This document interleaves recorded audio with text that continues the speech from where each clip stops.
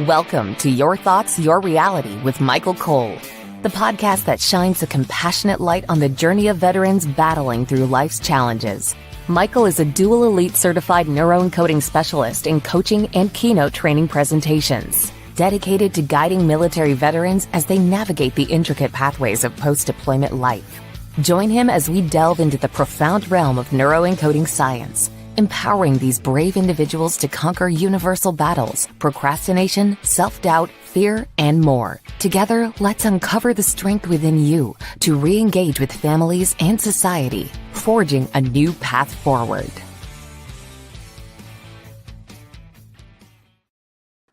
Hello, everybody. Hey, so we are on today with a special guest. She's been on before, of course, and she's absolutely just fantastic. We have Laura Ollinger, is a seasoned teen and parent well-being coach and founder of Positively Healthy Coaching. She specializes in helping parents of teens and tweens navigate the challenges of the digital age, which we're going to talk about that today. With a strong background in mental health and family dynamics, Laura provides tools for fostering healthier relationships. Who doesn't want that? She is passionate about raising awareness of Zoom fatigue and technostress and the impacts of digital distractions on well-being. And again, this is a major thing we're talking about today. And of course, she's committed to helping families create healthier boundaries with technology for better emotional connection and self-care. So with that said, Laura, why don't you tell us just a little bit more about yourself that we didn't already talk about? Yeah, well, thank you for that wonderful introduction, Michael. I appreciate it. So I never really thought this kind of digital well-being topic would be something I was interested in, because to me, like when I hear it, it like sounds like, oh, there's rules. And I don't like to follow rules. Nobody likes to follow rules. It sounds like very structured and very like rigid. And it became apparent that that is part of what I need to, if I'm going to be a teen and parent well-being coach, and I'm the mom of 4 teenagers myself, it became apparent a while ago that that's something I needed to kind of learn more about and kind of immerse myself in. How do I deal with this? How do I face this? And so I ended up taking a year-long course and became actually certified as a consciously digital certified well-being coach. And so it's like the idea here doesn't have to be like it to me, again, like there's something about like digital habits that sounds like it's almost like a diet. Like you have to take something out, like no cookies for you, no phone for you, no ice cream, right? No pun intended, no cookies for you. Oh, there we go. I love it. We're on a pun roll today. So that's kind of just like how I got started, and like why the interest is there is just like that, whether we like it or not, it's part of our reality today. As far as our life, and it affects everyone. Like babies are on devices, toddlers, children, teens, tweens, adults, professionals, older people are now, using technology really quite well. And so, I'm pretty passionate about it. Yeah, and that's fantastic. Because here's the thing: we're so, how do I say that? Well, I'm just going to say it. We're caught up in our lives, and we're so just go, go, go. We don't take the time for ourselves, first of all. That's a whole nother podcast, but we're so just in the phone, in the computer all day long, right? And you brought up something absolutely that has befuddled me for a very long time, if that's a word, but I'm going to use it anyway. Sounded good. Yeah. you see 2-year-olds, 4-year-olds on phones doing the same thing. What's that going to do for their future mind, right? And mindset even more so. So I mean, let's dive in if you're ready. Yeah, I'm ready. Yeah. All right. So just before we do that, on the top right hand corner of your screen, there's a blue QR code. So everybody on today, and please, say things, let us know you're there. We love seeing comments and that kind of thing as we go. But for people listening on the podcast, it takes you to Empower Performance Strategies. Again, empowerperformancestrategies.com. Join the mission. We have free ebooks for families and for veterans themselves, and we have Facebook groups for both and everything else. So please, come join. There's lots of resources, links there. So with that said, so Laura, where do you think the most concern is. Is it an age group? Is it just everybody? I mean, for me, it feels like it's everybody, but the younger generations are the ones that are going to be in it the longest, if you will. Well, yes, and their brains are still developing. Mhm. So to me, if we had to sound an emergency alarm, it would be around children. However, the way adults are using it as well can be just as dangerous, but in a slightly different way. We'll talk about that, please. Yeah. So when you think about it, right, most of us, most of us have some type of a habit where we wake up, we check our phone, or at night we're relaxing and we're watching Netflix and we've got our phone here and our computer here, and we're switching between apps and checking our fantasy football scores and, texting friends and WhatsApp and YouTube and this and that, right? And I don't have to keep naming them because we kind of get the picture there, right? It's just Absolutely. a lot of Well. multiple devices, multiple platforms and apps and whatnot. And so if you think about it, just like the description of that, it's like, well, what is that doing for your brain, right? And like, what is the ideal? So when I think of, kind of like parts of our day, like how we chunk it out, the idea is like the morning we get up, we get organized, we get going. At night, we're trying to like wind down and relax.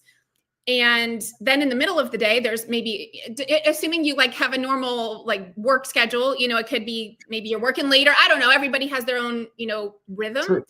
Yeah. But if you think about like, what is the technology adding and also what is it taking away? And a lot of times we don't realize like what it's taking away because so much of it is, you can't see it, right? Like, it's like the things that are happening in our brain. It's like an operating system for a computer. And your brain only has a finite amount of bandwidth. So in the back, right, if we have multiple tabs open on our computer and all these different things that we're doing at the same time, how is that allowing you, if that's the evening time, to relax, right? Like, it's like your brain is still like tracking all these different things. You might not even be aware that you're doing it. So I do think that the danger is that we are in a very stressed out society. We're in a very overstimulated society, which is what that technostress term comes from. It's stress from technology. And when we're doing so much of it, so much of the time, how can we relax? And so our body's like circadian rhythm is to like rest and digest, like at night, like wind down so that it can do all the healing processes, both physically and mentally and emotionally, and getting good quality sleep, getting good quality REM and non-REM sleep. And so it's like really technology is affecting all these parts of our life, like all the parts of our health and wellness, all the parts of our body. And again, so we have a rhythm. So in the morning we rise, we want to be focused. We want to be present. We want to be able to give the best version of ourselves. And when we're distracted and, right? Like, oh, hi, honey, how are you? How's your day? Right? Like that's, I learned a term is called technoference, where technoference is interfering with our daily lives as far as social interactions and relationships. How many times have you been having a conversation with a family or friend and they're just like, oh, 1 second, right? Or maybe they don't even say 1 second. Like maybe they just like start doing it and you're like, hello, I'm here. I'm owning it right now. I've done it. Yes. I thought a conversation was over in my mind. I'm sorry, my beautiful wife. I thought a conversation was over. I picked it up and she's like, what the, we're still having, and I feel horrible and I apologize once I realized, because it happens. And we all do it, I think. Yeah. I think it's a great point you bring up. Yeah. Yeah. Absolutely. It's funny because I was thinking your wife was probably in between breaths. Like she just was pausing for a second and she wasn't done. She was going to keep talking, but you're like, she took one breath and all of a sudden you're, down on your, oh yes, I love it. Yes. So I'm going to share you. Here's a joke. Honey, don't get mad when I say this. But here's the thing. I always say, because I'm very fast paced, right? You know me. I mean, I'm rolling, right? Conversations, whatever. And I will say, oh, but you took a breath. I thought we were done. She's like, I took a breath. And in all fairness, it's ridiculous. It really is. Be present, slow down, That's because, like you say, there's so many other things being um but going. Sorry, I'm reading messages. I know, I'm um, loving reading yeah, these. yeah. So and it's real talk, right? I mean, it's the reality of how it affects our relationships alone. That's the only part we're talking about right this second. So it's just it's a real eye opener, and we have to be present. We have to take that time. So do you want to continue talking about that? Because I also want to talk about, we have plenty of time, but skill sets and those, let's not call them rules.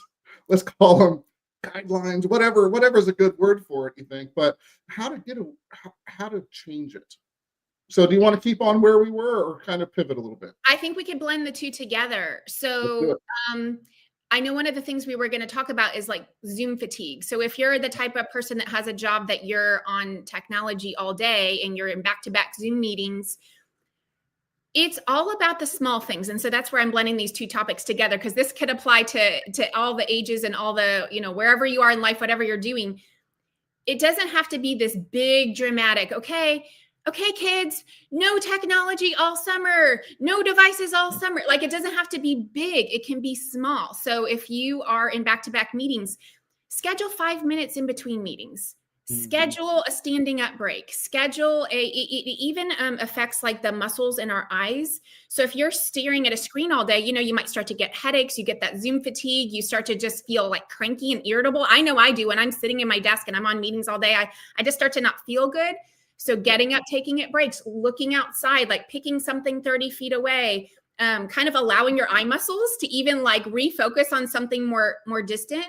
And the other piece about like what can be the new habits is, I think of it as, again, not taking something away, but what can we add, right? So instead of movie night on Netflix, maybe we add, family walk time, or maybe we add, let's prepare a meal together time. Like, what can we add? And when you realize it, if there's only 24 hours in a day, if we start adding stuff, that's naturally going to subtract the other kind of like less desirable behaviors. And so in this case, it is the technology. And you might find too some pushback, and especially with kids and teenagers, like taking things away because they naturally feel like their kids need to feel autonomous. They need to feel like they have some control over their own lives. And even adults, like, we've found that mental health really depends on autonomy and the feeling of being able to make your own decisions. So maybe what it looks like is, if you really do want to set those limits, all right, kiddos, you get 1 hour or 2 hours, whatever it is for you, of fun time or screen time or whatever that might be. And you get to choose about how you're going to use that, right? So you could blend these two things. You get to choose what and allow them to have some choice. So that's a couple things of it.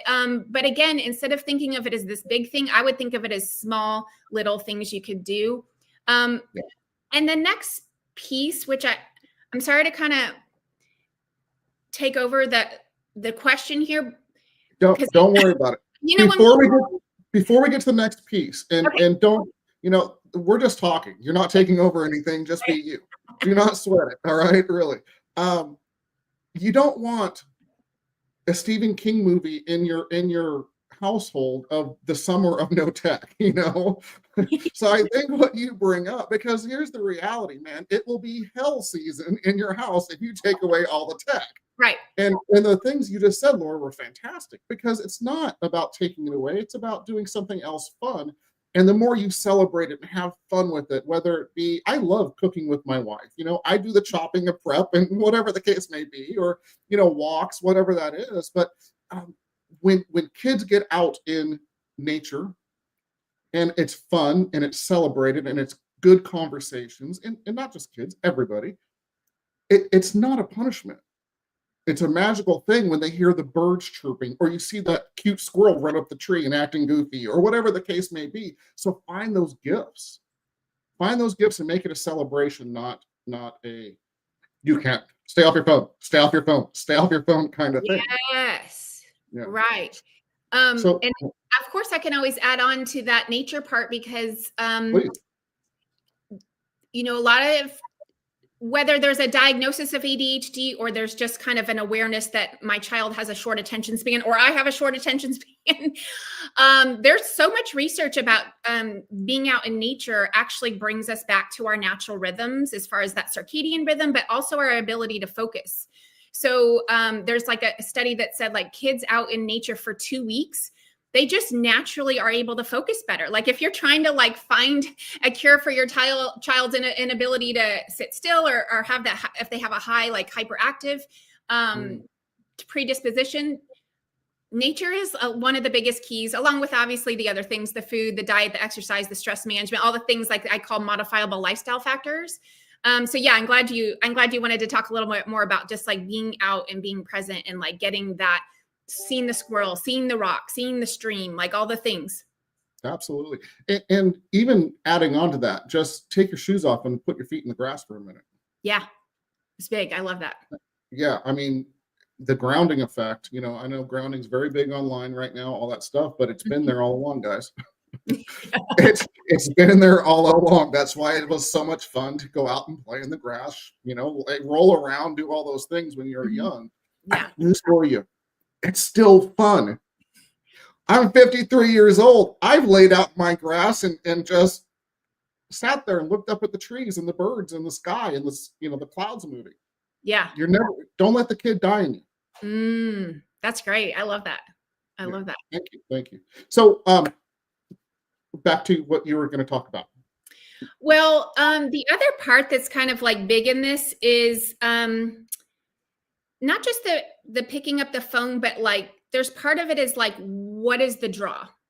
And there is all the neurochemicals, the neurotransmitters that are going on our brain. And so there's, you know, these tech designers, the app designers intentionally they design it that way. So it's called this habit loop. And it's the equivalent of a Las Vegas slot machine where the dopamine starts pumping in our brain because the dopamine is what gets released when we're searching for that reward. And so the thing that keeps you coming back again and again, even if you're on a losing streak, you're like, I'm going to win, right? Next time. Yeah, right. And that is the exact chemical that they have designed these apps around because they know that that's what is getting released.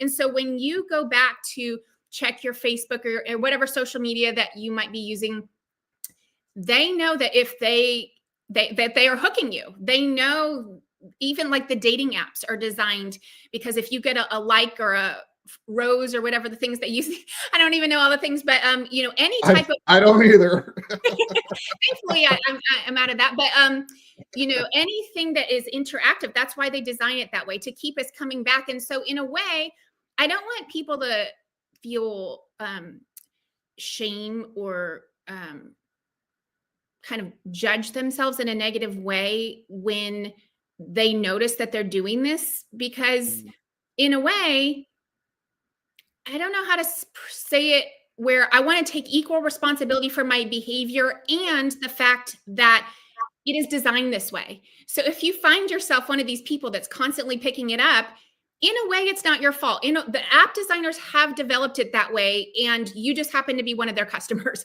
They are trying to get your time and attention, and that is their currency. That is what they want.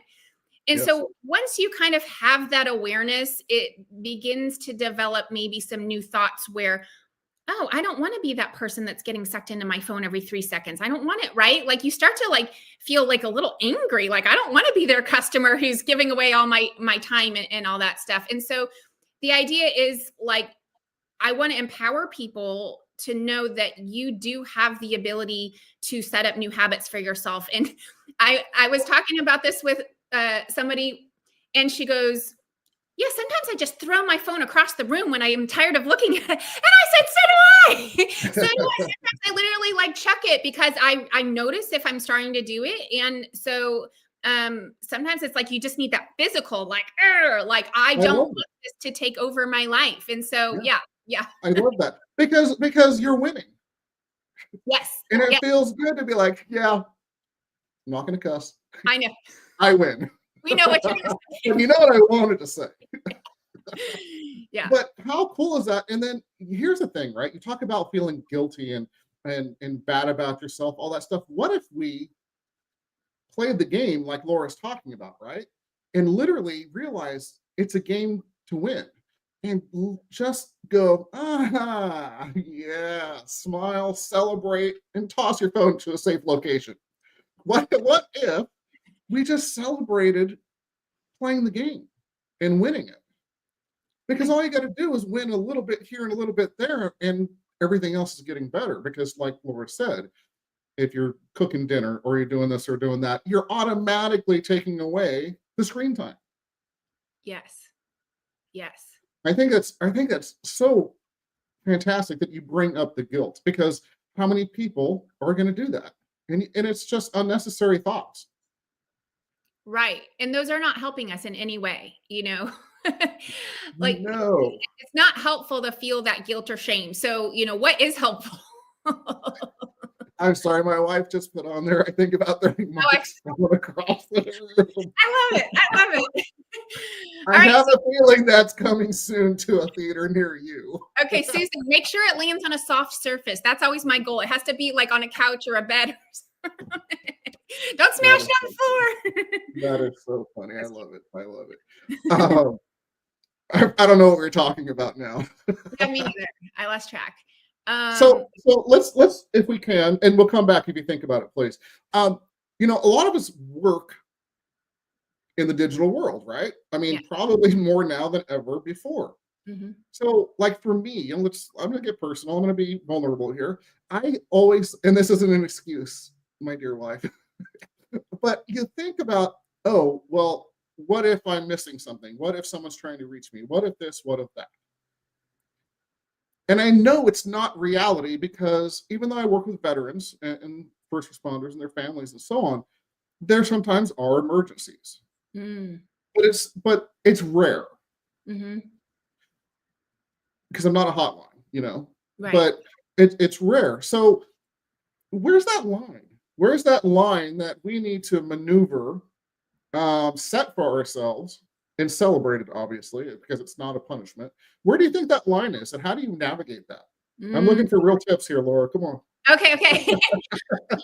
I think that's such a good question, because the FOMO is real, right? It is. We want to be connected in that way in our digital worlds to the real people. They are real people, assuming you're not talking to bots or, whatever, because that's a whole nother thing. People have like AI boyfriends and girlfriends that are not real people. That's a whole thing. And now there's like AI therapists and AI, all this stuff. But anyway, where's the line? The line, I assume, is different for everyone, but my first kind of like instinct is it's a simple like balance of who's here with me right now, and is this person in my connection more important than kind of being on call in a social way. And I think yours is a little nuanced, because maybe somebody is having a crisis, and I know you're not a hotline, but if somebody really does need you, like that's a different category or section of this, I would think. But if it's just social, like I want to see what everybody's doing, right? Yeah. And I have a husband or a wife or a child, right? Like you need to kind of decide, and maybe you need to set up your own. I mean, all this is really about is boundaries, right? This is boundaries, like create your own boundary. And so finding that balance, and I don't know if I can make a blanket rule for everyone, just they would have to just think about it and think about what's more important. And that's what we're looking for. I'm not in this podcast, I'm never looking for rules for anybody. I'm just looking for ideas, because something will connect with someone and will work for someone. And that's what this is all about. It's just brainstorming. It's just talking. So I get that. What about people for work? I mean, my initial thought is, I mean, you let it go, and you have certain hours, and then you just step away. And it's something I struggle with.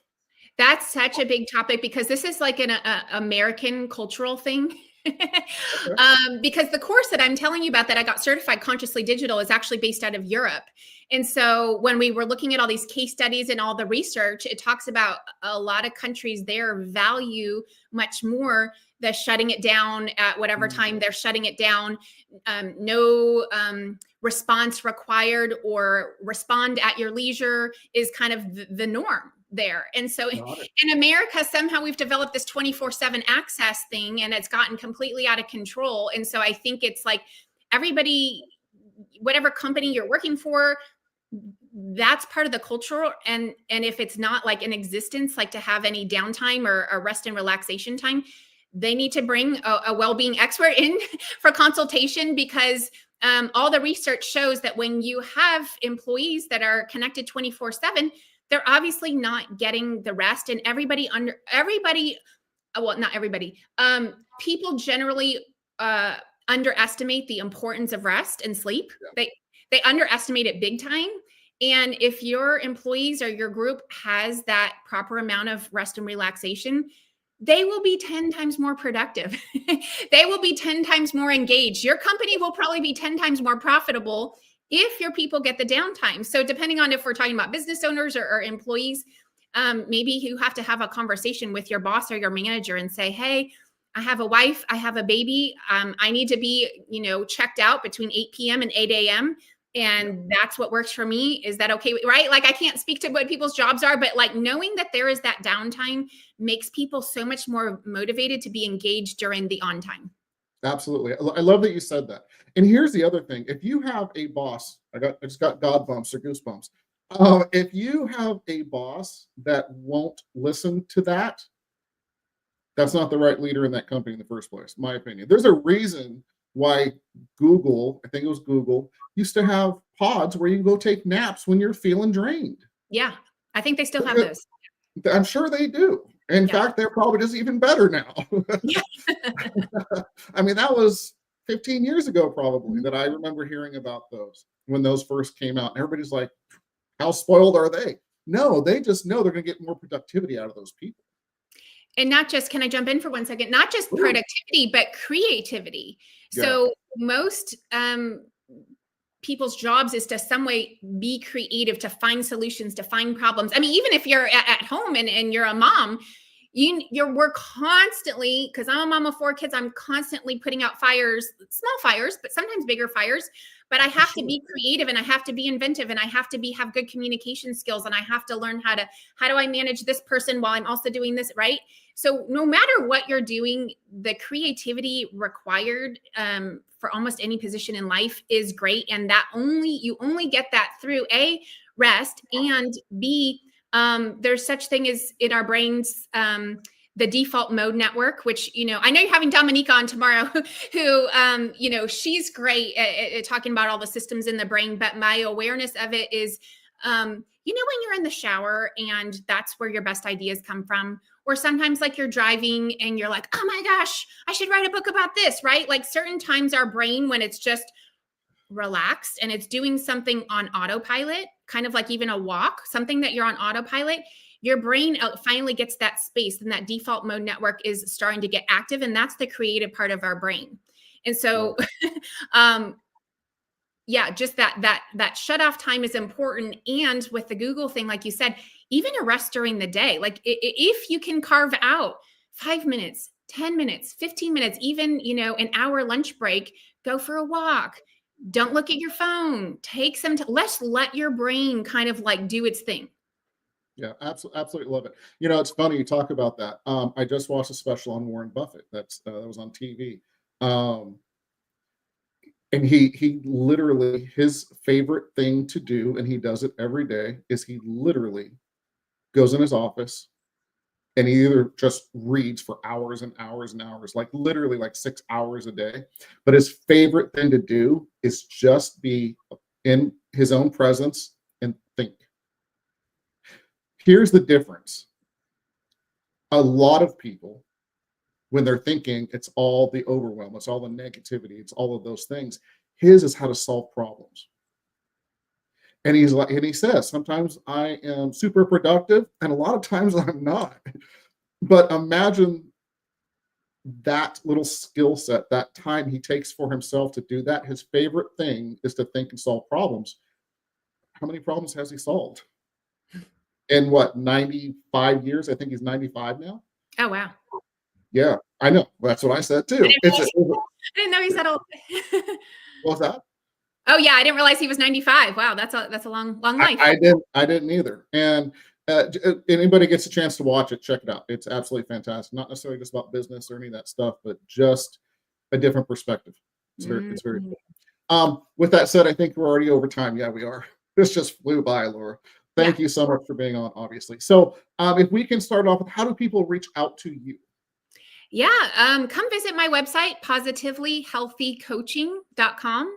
And there you'll find a section for teens, you'll find a section for parents, and then all my other resources. I have a blog, I have my own podcast, the Positively Healthy Mom podcast, and all my resources are there. So if you just go to positivelyhealthycoaching.com, and that'll take you to my social media as well. Absolutely fantastic. Thank you. And people reach out to this lady. She really is one of the fantastic people in this world. Not only as a coach and that kind of thing, but just a person. She's fantastic. Don't tell her I said that. So, what was that? Oh yeah, thank you. I feel flattered. Thank you for the compliment. You deserve it. So can you give us 3 tips to get veterans and their families further faster? Ooh, yeah, this is always the fun question. Yeah. And does it have to stay on topic, or is it just general? Just give them some brilliance. No rules. Okay. To get further faster. Yeah. Number 1, it's just that whole topic that we're talking about. There's this slow down to speed up. And that's so counterintuitive. And people like me, especially like the ADHD brains, who we want immediate, we want fast, right? But I guarantee you will get more done in a big way and in a small way if you can just slow down and be present in that moment, and you'll end up getting the results that you want. Number 2, this has been on my heart a lot lately, is the idea of empathy. And this is something I teach to all parents and teens, because we're in a world, and technology is part of this, that people are mean, and people are doing a lot of, everybody's talking about cyberbullying in teenagers. Well, there is cyberbullying with adults, and it is bad. It's bad. It's really bad. Ridiculous. Yeah, yes. It's uncontrollable. In fact, I just watched a YouTube of Monica Lewinsky, and how she's just asking for, she came out and give this talk, and she'd been silent for so long. And this was actually a while ago, but I just watched it. And she's just like, just be nice. Just be nice. We're all humans. Just have some empathy. We all do stupid things. We all make mistakes, and have compassion and empathy. So that is, I think, a further faster number 2.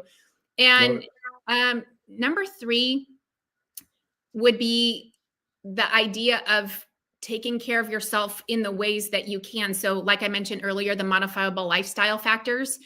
Do not underestimate the power of sleep. I'm extremely passionate about, there's a book I highly recommend called Why We Sleep by Dr. Matthew Walker. And it changed my life. In fact, if you could get him on the podcast, that would be awesome. Dr. Matthew Walker, Why We Sleep. It is so important to get that rest and relaxation time, but also to get the movement, also to put the right things in our bodies, and to just take care of yourself. We only get this one life, we get this one body, and we want to take good care of it. So that would be it. Absolutely love it. So anybody that knows Matthew Walker, connect me. Yeah, I want to meet it too. Right. Absolutely fantastic. Laura, thank you so much for your time. It's the most precious resource we have as human beings. We do not get this time back. Thank you for coming on again, sharing your beautiful wisdom, your thoughts, and just having fun with us. We really appreciate it. You're very welcome. Thank you, Mike. Absolutely. And on that note, everybody, we're out of here. Thank you for joining us on another insightful journey of Your Thoughts, Your Reality podcast with your host, Michael Cole. We hope the conversation sparked some thoughts that resonate with you. To dive deeper into empowering your thoughts and enhancing your reality, visit empowerperformancestrategies.com.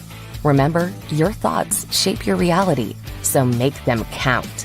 Until next time, stay inspired and keep creating the reality you desire. Catch you on the next episode.